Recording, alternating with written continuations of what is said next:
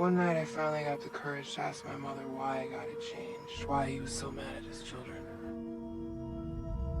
I don't know, she said, tucking the covers around me. I guess he just got tired of all the bullshit. Hey, hi. It's me again. Since the world is ending and all, I thought it'd be the perfect opportunity to talk about a film that shows the end of days using a religious theme that honestly had a lot of potential but just took itself way too seriously. I'm talking about Scott Stewart's Legion, released in 2010 at the beginning of the whole religious action film craze. This film either felt too ridiculous or tried to tell a bigger story than it actually was, giving an overall confused feel to the film. Now, if you've never seen this movie, let me break it down. The film opens up with a monologue done by Charlie, played by Adrienne Palicki.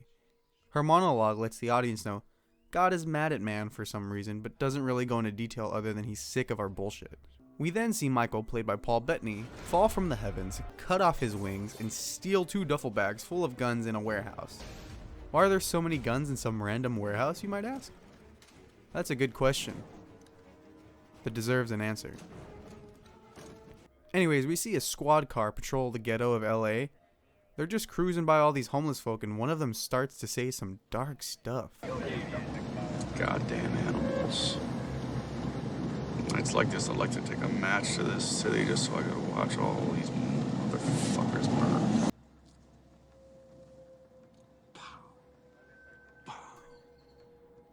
Jesus Christ, who gave you a gun?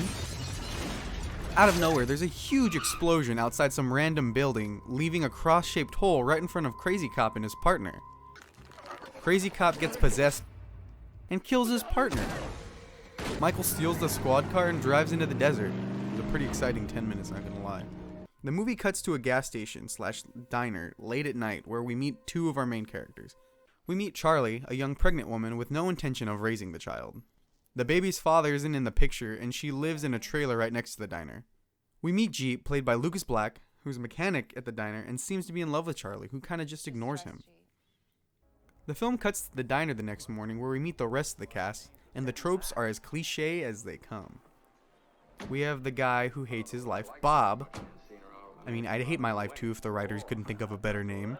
He's Jeep's dad / owner of the diner / off-brand Harrison Ford. I'm kidding, Dennis Quaid, please don't leave me, baby. Then we have my favorite character, Percy, played by Charles S. Dutton. Now this dude doesn't fuck around. He's got one hand, God on his side, and some of the best lines in the film. Shoot a Jeep! Shoot the bitch! These next 2 characters aren't really that memorable. They're the parents of this rebellious teen girl named Audrey, played by Willa Holland, but they kind of just shit on her like a stepdad, so I'm just gonna call them stepmom and stepdad even though they're her biological parents. Stepmom kinda just complains to stepdad about Audrey for a solid 5 minutes until stepdad tells her some shit from across the diner. Audrey, honey, your mother was wondering if you got dressed this morning with the specific intention of showing your ass off to the entire world. Their car broke down, so they're just vibing until Jeep fixes it. Yes, Jeep. It's an engine. The last member of the cast is Kyle, played by Tyrese Gibson. He looks kind of like a thug, and everyone treats him like a thug throughout the movie. The characters kind of just chill in the diner, but shit hits the fan real quick. An emergency broadcast appears on the TV, and everyone kind of freaks out. If this were an actual emergency, wouldn't they be giving us instructions on what to do? While this is going on, an old woman walks into the diner and orders a steak rare. And can I just say, that steak is not rare. It looks like they nuked it in the microwave for a minute and called it a day. Then she tells Charlie her baby's gonna burn, pissing off Charlie.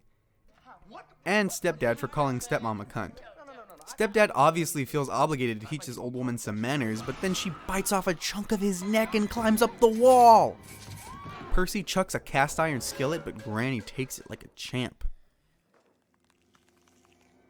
It isn't until Kyle gats her that she stops moving. Michael rolls up and everyone is obviously not okay seeing some rando guy just show up and spit exposition, but I appreciate it. I was very confused already. Michael tells everyone God hates humanity because we fight over stupid shit like race, oil, land, and has given up hope on them. But humanity has a chance because Charlie's baby is their savior. How, you might ask? That's a good question. that also deserves an answer. What the hell, Stewart? Was Charlie's baby daddy like some encompassing being with the power to smite God himself? So now Michael says he has to protect the baby at all costs until it's born. So he saddles up the cavalry and takes the men to the roof and shows them how to use assault rifles. All right, there's a safety switch on the side of your weapon. You won't be needing it. Push it all the way down 2 clicks. Now when it starts, you hold on tight. Otherwise, you're gonna blow your hand off. What the fuck y'all looking at me for? It's amazing. So then cars start pulling up and immediately Michael unleashes hell on these cars. He says all the drivers are now possessed. And the audience can see that, but the characters can't. So they kind of just took his word for it. It's ridiculous. He even uses rockets, and it's like, Christ, I think you got him, buddy. Eventually they take stepdad, and stepmom freaks out. The next morning they find him crucified on an upside down cross for shock value. Nice touch. Stepmom loses her shit, knocks the shit out of Kyle, which I find very hard to believe, and runs out to save him. But before she can reach him, Percy grabs her, pulls her away, then stepdad explodes into acid. Into fucking acid.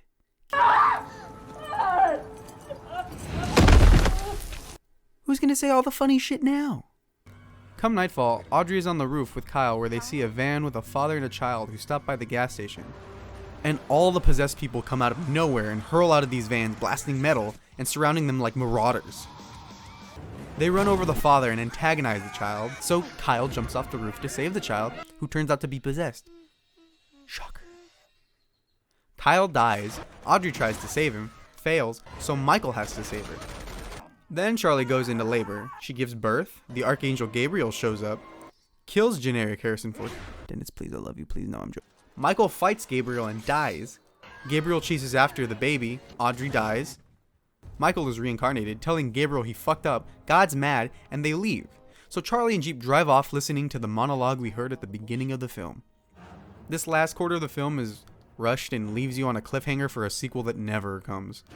Now this film could have been cool, it's shot beautifully with some amazing camera work, but using classic tropes everyone can relate to, great cinematography, and random scenes of action can't save a film. Michael Bay, I'm looking at you.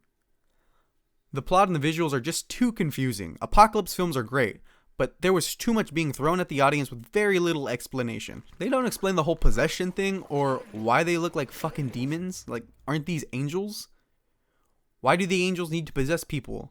Why don't the possessed people use guns? They walk around towards gunfire, not taking any cover. We literally only see 4 threatening characters to the cast. Grandma, who Percy yeeted with a frying pan. The ice cream man, who turns into a monster. The possessed little boy, who Charlie kicks the fuck out of. And finally Gabriel, the Archangel. That's it. They mow down everyone else like it's nothing. The action sequences are also very unnecessary, ruining the whole horror suspense aspect of the film. Everyone's already shit on this movie. It was released 10 years ago, so there's not a whole lot I can say that hasn't already been said. But there are a few things I would like to praise about this film. There's a lot of little details, like the characters using the teeth as means of distinguishing possessed people. They only use it once with Michael, but I still liked the idea. That being said, Gran didn't have sharp teeth, then she did, so there could have been a better way to do this, and they should have done it more often. Also, that noise that blares loud as shit, what is that? What is that? Oh, Gabriel's horn? Who would have known that? Who? In all honesty, it's a nice touch, but maybe show it to us earlier in the film? Explain it so that way when we hear it, we get some clues. Sorry.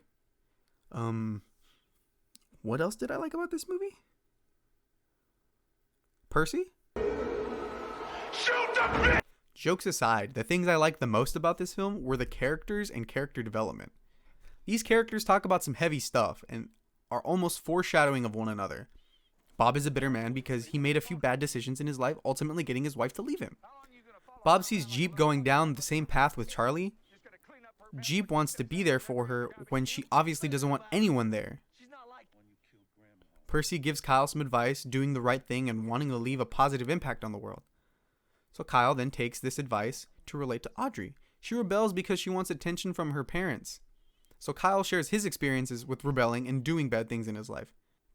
But when it comes time to grow up, being the rebel and doing bad things is not the right path in life for anyone. Stepmom and stepdad don't have any character traits. Stepdad dies without really correcting his wrongs with Audrey, and stepmom just fuels anger and aggression in the middle of the film. She does eventually apologize, but in just an attempt to manipulate Audrey into giving the angels the baby. Charlie is kind of the I don't matter in the grand scheme of things character. She didn't want the baby. She even explicitly says, "I'm just a waitress." But she is the main character of the film, right next to Michael. She's carrying the savior of humanity, showing how it doesn't matter how minuscule you think you are, you have potential and play a bigger role in the grand scheme of things. Michael is the man fighting for a cause when the whole world turns his back on him. I also like how Michael tells Jeep that him being a simp for Charlie and against all odds, he's still there for her. It's this sense of hope that gives Michael hope for humanity. Not all heroes wear capes. Some wear shame. I also like the world building. They put a lot of thought into the setting. Setting the stage out in the middle of the Mojave Desert gives the film a feeling of isolation and hopelessness. Now, I may seem like I'm scraping the bottom of the barrel here, because I probably am. I mean, that's the beauty of film. You can take away whatever you want. Okay, I know I badmouthed the majority of this movie, but in all honesty, I enjoyed it. I really did. It's entertainment. And I have to say, I was entertained. Call me a simple man, but if it's got gore, I'll probably watch it. This film doesn't have some amazing, deep meaning like other films, but it doesn't need one. It's an action film for the average person. And as I said before, you can take whatever you want from it. Most people might put it on for background noise, but if you look at the positives, you can take away ideas of hope, correcting your wrongs, having faith in who you are despite your current or past situation. I'm nobody. I'm just a waitress.